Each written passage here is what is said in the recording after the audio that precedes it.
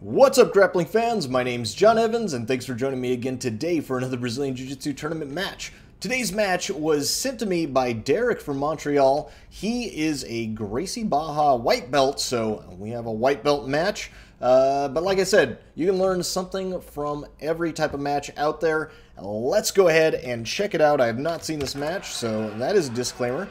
Derek here is on the left with the Gracie Barra patch, and his opponent is going to fake like he's sitting to guard, but pull Derek right to the ground. He's going to get 2 points for that. So, yeah, it's not starting off so great for Derek, and his opponent is trying to Toriano pass from side to side. Derek doing an excellent job of keeping his half guard and knee shielding.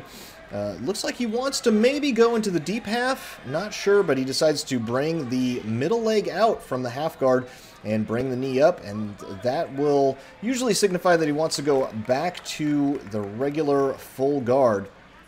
Now making a De La Riva hook, but then takes it shin to shin, kicks out the leg of his opponent, and stands up right away. His opponent is going to be put back on his back, and Derek's going to get 2 points for that one. Nicely done. And now he is attacking the De La Riva of his opponent. I like that. He steps back, he shoves the outside leg in between his own leg, and now he's going to shoot this knee through the middle. He's grabbing the cross collar.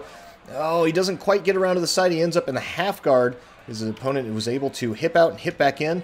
It's one of the dangers of passing knee through the middle too hastily. Your opponent can make that little bit of space and recover the guard. Here, Derek has got a lovely crossface, though, but decides to abandon that. He has the underhook, so he puts the head down by his opponent. When you do that pass, I typically like to really keep my forehead on the ground and push into their head so they can no longer look into me. But if they can make some space and look into me, it can give you problems. Derek now needs to make sure that his elbow is nice and bent, because if it is not, he is in danger of omoplata. He comes back in. He's standing up a little bit tall. If his opponent was good with single leg X or shin to shin, he might have some problems here, or even reverse De La Riva. But Derek now dominating the legs, trying to go side to side. This outside leg is now giving him problems, but he was nearly passed. He's really doing a good job of dominating this outside leg.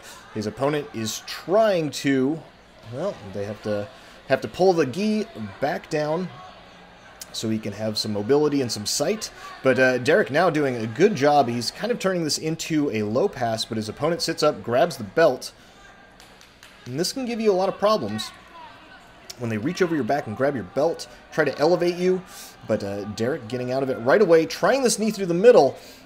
He may try to step over with his left leg, and you can push there. If you can get over the knee, then you can just shoot right into mount, basically, or into, I guess, quarter guard, I guess, where they just trap your ankle, but unable to do so.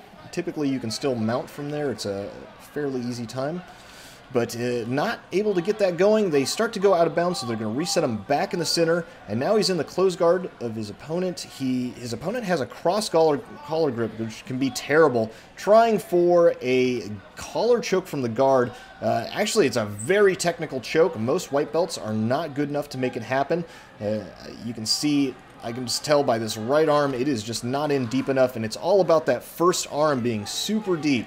That's what really makes the choke. From here, you can pretty much just sit here and let them tug as much as they want to, and you're probably not going to start to see stars or anything like that. But now he's readjusting the grip. This could actually be fairly bad. He's got his guard, but Derek is staying calm. This is it's really nice to see. I was definitely not anywhere near as this composed as a white belt as either of these two grapplers.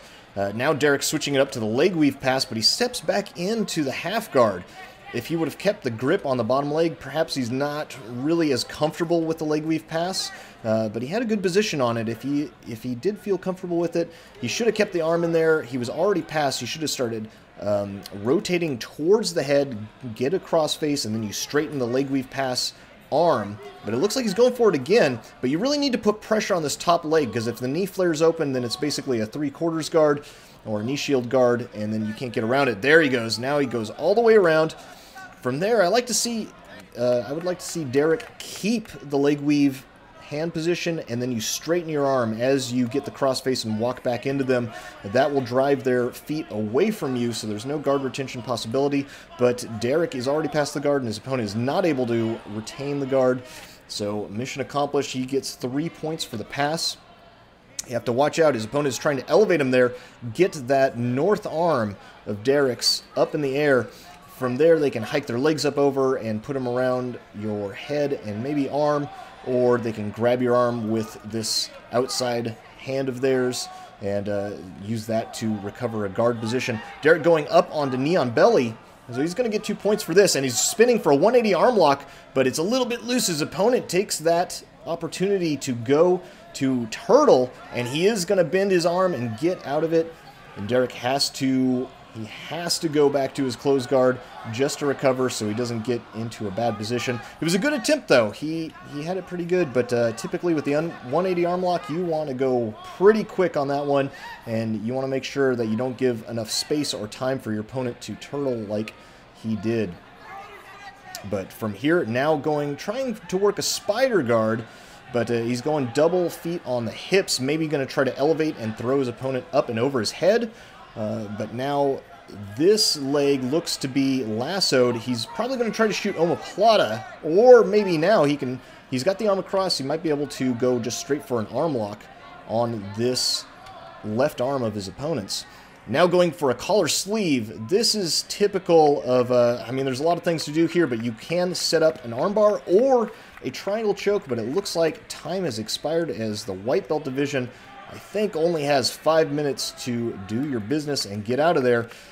Nicely done. Derek still wins that one pretty solidly. He had a good guard pass. He had knee on belly position. It was actually fairly dominant. So his opponent looked pretty good, though.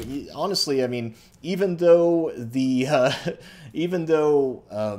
the points really did not look like they were in his favor at the end, it didn't really tell the whole tale of the fight, and his opponent was pretty decent, had some good passing of his own, so hats off to both of them. Thank you guys so much for watching this one. That was the first time I'd seen that match, so that was interesting. But yeah, I like to watch the white belt stuff. There's a lot of things that they do not so great that they could work on that I can point out, and there's also some stuff that they do that's maybe a little unorthodox that is actually really good, and you just don't see it so much, so you just have to look at it with a little bit more of an open mind. But that's awesome. That's where we get a lot of innovation in the sport, so I think that's super cool, and also hopefully that helps the white belts or anyone else looking to enhance their game. If I can kind of put my own perspective on their match, maybe they can see some things that they normally would not have seen. So yeah, hope you guys liked it. My name's John Evans. Thank you guys for sticking around. I will see you in the next video, but until then, goodbye.